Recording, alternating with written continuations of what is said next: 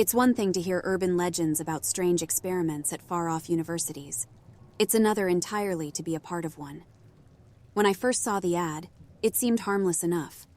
Paid sleep study, seeking healthy adults. As a broke college student, the chance to earn cash while literally doing nothing seemed like a dream come true. But I'd soon learn that dreams can quickly become nightmares. The campus laboratory was ordinary at first glance. White walls, steel tables, and the familiar hum of fluorescent lights.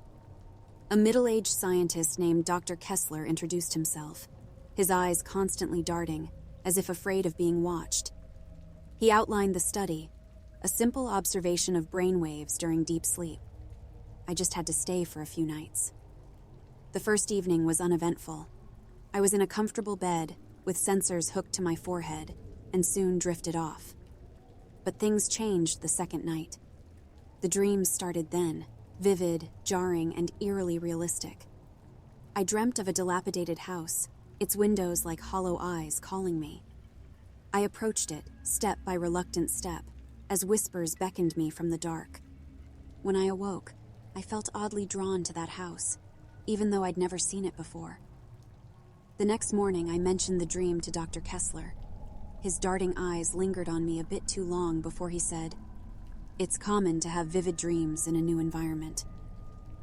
By the third night, the dream had grown clearer. I saw children playing in the yard of the house, laughing innocently. But as I approached, their faces blurred, and the laughter became distorted, like a broken record. That laughter echoed in my ears as I woke up, drenched in sweat. I decided I would pull out of the study. But every time I voiced my concern, Dr. Kessler would persuade me with more money, convincing me it was all for science. On the fourth night, the terror intensified. I was now inside the house. The walls were covered in strange symbols, pulsating as if they had a life of their own. The children from before were there too, standing silently, pointing at a door. Reluctantly, I approached. As I neared, whispers grew louder. They weren't just sounds. They felt hungry, desperate. Morning came, and I was pale, shaken. I decided to leave, regardless of the money. But when I tried to remove the sensors from my forehead, they wouldn't come off. Panicking, I called out for Dr. Kessler. When he came in, his usually frantic eyes were now calm, almost calculating. "Once the dream has you, there's no pulling away," he said cryptically. "What the hell does that mean?" I demanded. He just sighed. "We're studying more than just sleep, son. There's folklore about a dream realm, a place of ancient power. Every generation it finds someone, lures them. And that house, it's the doorway." "You're insane," I snapped, struggling against the bonds I hadn't noticed before.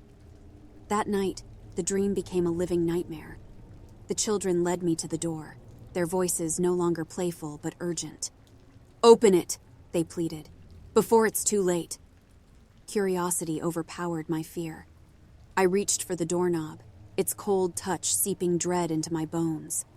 As it creaked open, the blackness inside was all-consuming, a void. But from that void, two glowing eyes stared back, hungry and ancient. It stepped out, a shadowy figure with tendrils of darkness. The children screamed, and everything faded. I jolted awake, but not in the lab. I was in an old house, the very same from my dreams. The symbols on the walls glowed softly, and outside the morning light seemed distant and muted. Desperation set in. Was this still a dream? I rushed outside, and there it was, the university campus. But it looked aged, decayed, and abandoned. The world around felt both familiar and alien. As days turned into nights, I searched for a way out. Faces from my past showed up, but twisted, contorted. People I loved turned hostile, their eyes filled with that same hungry void.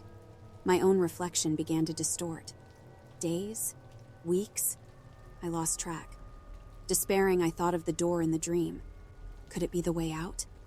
I returned to the house, the symbols on the walls now frantic, almost warning. The door stood there. Taking a deep breath, I opened it, stepping into the void. A rush of sensations hit me, Suddenly, I awoke, gasping in the lab, sensors still attached. Dr. Kessler was there, looking older, wearier. "You made it back," he whispered, genuine relief in his eyes. "How long was I out?" I croaked. "Just one night," he sighed, removing the sensors gently. But in that realm, could have been a lifetime. I left the lab, the world looking brighter, more real. The experiment was over, but its scars remained. Sleep doesn't come easy now. On some nights, I'd hear whispers or see familiar symbols on random walls. The line between dream and reality blurs. Dr. Kessler vanished soon after. The lab was cleared out. The university denies any such experiment.